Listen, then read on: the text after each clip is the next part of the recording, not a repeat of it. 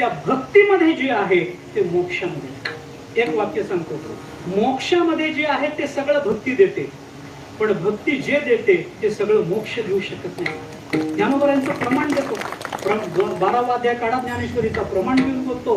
भगवान मुखातून ज्ञानोबराय बोलतात, भगवान मुखातून. अर्जुना गा तो भक्तू, तोची योगी, तोची मुक्तू, तो वल्लभा मेकांत ऐसा पडिये. ज्ञानोबराय बोलतात, अर्जुना तू भक्त आहेस. अर्जुना गा तो, अर्जुना तो भक्त, तोची योगी, तोची मुक्त. किती रचना बघा ज्ञानोबरांची, किती समर्पक आहे. ज्ञानोबरा म्हणतात, जो भक्त आहे तोच योगी आहे, जो भक्त आहे तोच मुक्त आहे.